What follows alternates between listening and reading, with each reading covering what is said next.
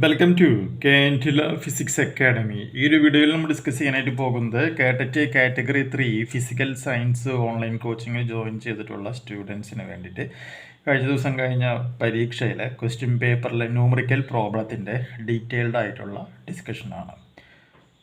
ആർക്കെങ്കിലും ഓൺലൈൻ കോച്ചിങ്ങിൽ ജോയിൻ ചെയ്യുവാനായിട്ട് താല്പര്യമുണ്ടെങ്കിൽ വാട്സപ്പ് ചെയ്യേണ്ട നമ്പർ +91 79 94 97 14 19 എന്ന് പറയുന്ന നമ്പറിലേക്ക് വാട്സപ്പ് ചെയ്യുക. ക്രാഷ് കോഴ്സിൻ്റെ ഫീസ് എന്ന് പറയുന്നത് 1000 റുപ്പീസാണ്. മെയിൻ കോഴ്സിൻ്റെ ഫീസ് എന്ന് പറയുന്നത് 10K റുപ്പീസാണ്. ക്വസ്റ്റ്യൻ നോക്കാം.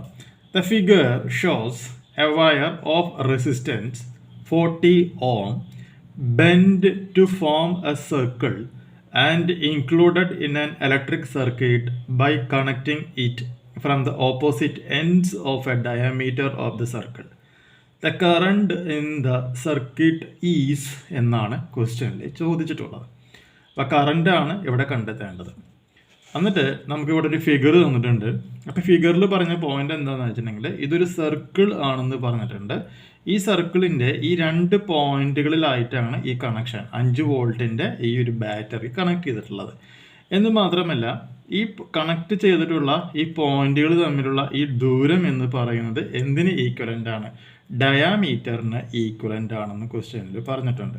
അങ്ങനെ ഒരു ഡയാമീറ്ററിന് ഈക്വലൻ്റ് ആണ് എന്നുണ്ടെങ്കിൽ ഈ പോയിന്റ് മുതൽ ഈ പോയിന്റ് വരെയുള്ള ലെങ്ത്തും ഈ പോയിന്റ് മുതൽ ഈ പോയിന്റ് വരെയുള്ള ലെങ്ത്തും എന്തായിട്ട് മാറാണ് ചെയ്യുന്നത്? സെയിം ആയിരിക്കും എന്നുള്ളതാണ് ഇവിടുത്തെ ഏറ്റവും പ്രധാനപ്പെട്ട പോയിന്റ്. ഓക്കെ, അപ്പോൾ ഈ ഒരു ലെങ്ത്ത് എന്ന് പറയുന്നത് നമുക്കിവിടെ തൽക്കാലം റെസിസ്റ്റൻസ് അപ്പോൾ R1 എന്ന് മാർക്ക് ചെയ്യാം.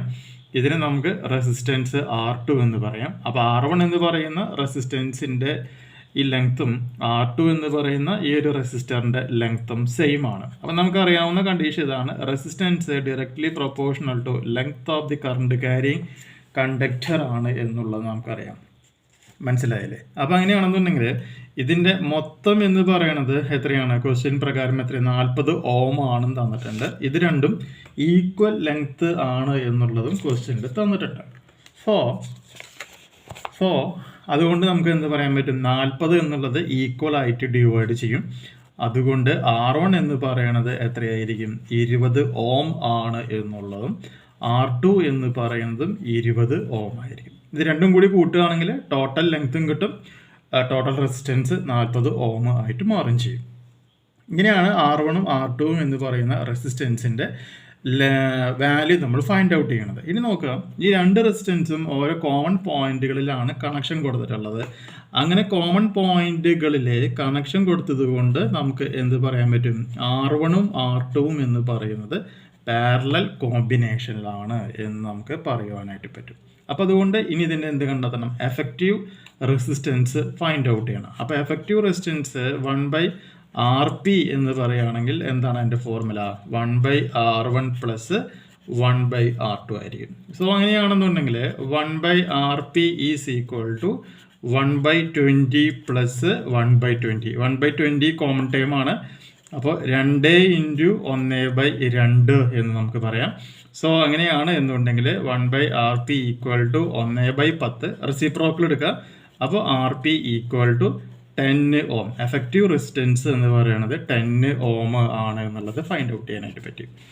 ഇനി നമ്മുടെ ക്വസ്റ്റ്യനിൽ കാണാൻ പറയുന്നത് കറണ്ട് ഇൻ ദ സർക്യൂട്ടാണ് കാണാൻ പറഞ്ഞത്. അപ്പോൾ ഓംസ് ലോ ഉപയോഗിക്കുക. ഓംസ് ലോ അനുസരിച്ചിട്ട് V = IR ആണ്. അപ്പോൾ I is equal to V/R. Voltage എന്ന് പറയുന്നത് ക്വസ്റ്റ്യനിൽ 5 വോൾട്ടാണ്, റെസിസ്റ്റൻസ് 10 ohm ആണ്.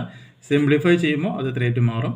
0.5 ആംപിയർ എന്ന് പറയുന്ന റിസൾട്ട് വരും. ഓപ്ഷൻസിലേക്ക് നോക്കുക. ഓപ്ഷനിലൂടെ 0.5 ആംപിയർ ഉണ്ട്. അപ്പോൾ 0.5 ആംപിയർ ആയിരിക്കും ഇതിൻ്റെ ആൻസർ ആയിട്ട് മാറുക. കിട്ടിയില്ലേ? ഇനി ഇവിടെ നോക്കുക, ഇവിടെ ഒരു 0.25 ആംപിയർ എന്നുള്ള സാധനം കിട്ടുന്നുണ്ട്. ഇപ്പോൾ ഇൻ കേസ് ക്വസ്റ്റ്യനിൽ കറണ്ട് ഇൻ ദ സർക്യൂട്ടിന് പകരം R1ലും R2ലും ഫ്ലോ ചെയ്യുന്ന കറണ്ടാണ് ചോദിച്ചത് എന്ന് വിചാരിക്കാം. അങ്ങനെയാണ് എന്നുണ്ടെങ്കിൽ നമുക്ക് എന്താ പറയാൻ പറ്റും? ഈ കിട്ടിയ വാല്യൂവിൻ്റെ എക്സാക്റ്റ് ഹാഫ് ആയിരിക്കും R1ലും R2ലും ഉണ്ടാവുക. എന്ന് പറയുകയാണെങ്കിൽ R1ലൂടെ ഫ്ലോ ചെയ്യുന്ന കറണ്ട് എന്ന് പറയുന്നത് 0.25ഉം R2ലൂടെ ഫ്ലോ ചെയ്യുന്ന കറണ്ട് എന്ന് പറയുന്നത് 0.25 ആംപിയർ ആയിരിക്കും. കിർഷോഫ് റൂൾ അനുസരിച്ചിട്ട് ഈ രണ്ടും കൂടി ക്ലബ്ബ് ചെയ്ത് ഇവിടെ പുറത്തേക്ക് വരുമ്പോൾ എത്രയായിട്ട് മാറും? 0.5 ആംപിയർ ആയിട്ട്. അഡീഷണൽ ആയിട്ട് ഒരു പോയിന്റും കൂടിയും പറഞ്ഞു വരുന്നത് മാത്രം. ഓക്കെ, അടുത്ത വീഡിയോയിൽ നമുക്ക് മറ്റൊരു ന്യൂമറിക്കൽ പ്രോബ്ലം ഡിസ്കസ് ചെയ്യാം. പുതിയൊരു വീഡിയോ ആയിട്ട് വീണ്ടും കാണാം. ബൈ.